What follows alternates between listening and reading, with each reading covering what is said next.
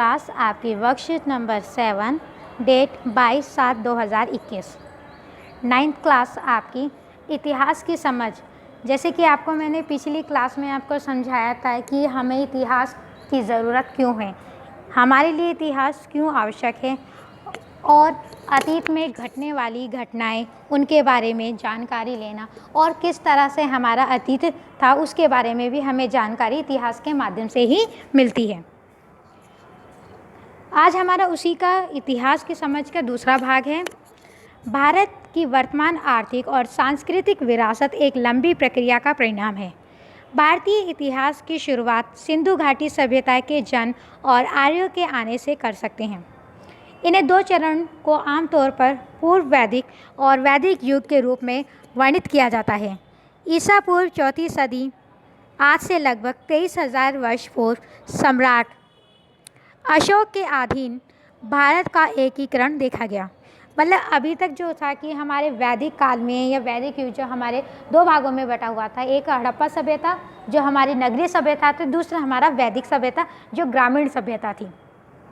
लेकिन अगर हम माने जो पूर्ण व्यवस्थित हुआ था हमारा देश भारत, वो अशोक सम्राट के काल में हुआ था।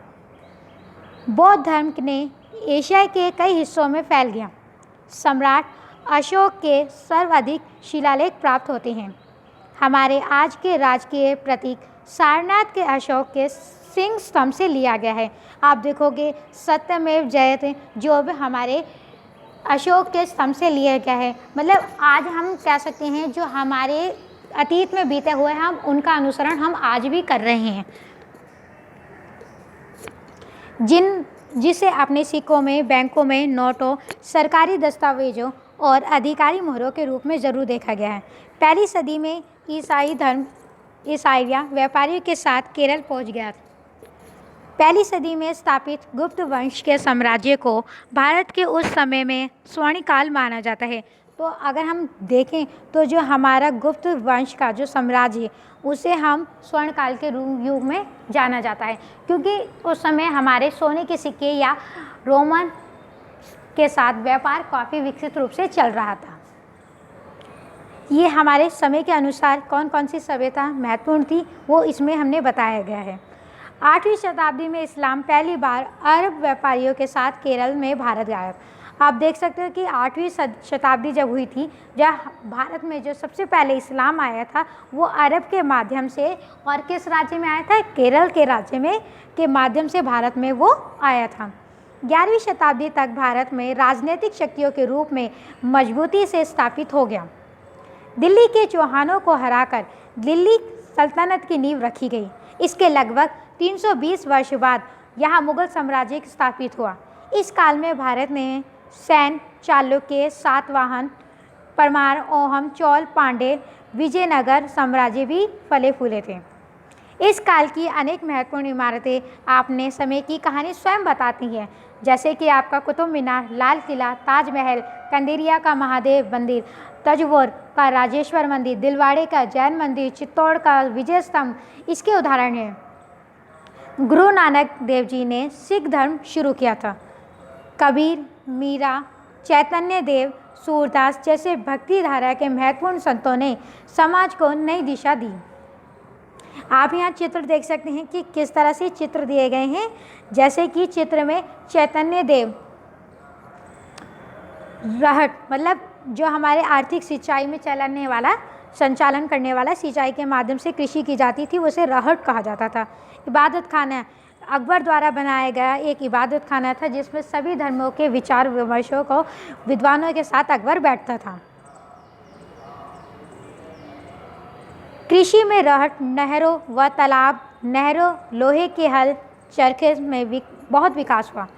यह काल कृषि उत्पाद और हस्तकला, रेशमी कपड़े पूरी दुनिया से व्यापारी को आकर्षित करते रहे। आपने देखा कि भारत के गर्म मसालों के साथ सूती व रेशम के कपड़े पूरी दुनिया से व्यापारी को आकर्षित हुआ। जो हमारे भारत में विदेशों का आने का जो सबसे पहला स्रोत था, जो आकर्षित करता था, वो था गर्म मसाले और सूती वस्त्र। ठीक है, अब हम आते हैं अपने प्रश्नों पर। जैसे कि आपका पहला प्रश्न है, भारत की धार्मिक विरासत की संपन्नता को पहचान कर लिखिए। आपने बहुत सारे धार्मिक विरासतें देखी हैं, जैसे आप खुद ही देख सकते हो, मस्जिद हुआ, मंदिर हुए, हमारे दक्षिण की तरफ मंदिर हुए, उन्हों की विरासत की संपन्नता को देखकर आपको कुछ उनके बारे में लिखना है। दूसरा प्रश्न, ईसाई व इस्लाम धर्म के सबसे पहले केरल में आने के क्या कारण हो सकते हैं? क्या कारण हो सकते हैं आने के? सबसे महत्वपूर्ण चीज़ ही है गरम मसाला, सूती वस्त्र और रेशमी कपड़ा, जिसके माध्यम से जिनकी ओर आकर्षित होकर ईसाई व इस्लाम धर्म भारत में सबसे पहले केरल में आए थे। प्रश्न तीसरा, भारत की कुछ ऐतिहासिक इमारतों की सूची उनके स्थान, निर्माता और उनकी विशेषता के साथ बनाइए। आपको कुछ ऐतिहासिक इमारतों की सूची बनानी है, उनका स्थान लिखना है, वो किस स्थान पर है और उसका निर्माता कौन था, उसके बारे में भी लिखना है, और साथ में उसकी कुछ महत्वपूर्ण विशेषताएं आपको लिखनी है। प्रश्न 4, भारत विदेशी व्यापारियों को सदैव आकर्षित करता रहा है, किसके कारण बताइए? इसके कारण बताने आपको कि जो भारत है विदेशी, आप खुद ही देख सकते हो कि हमारे भारत में राजनीतिक, आर्थिक, सांस्कृतिक एकता है, विविधता की एकता है, मतलब विविधता है।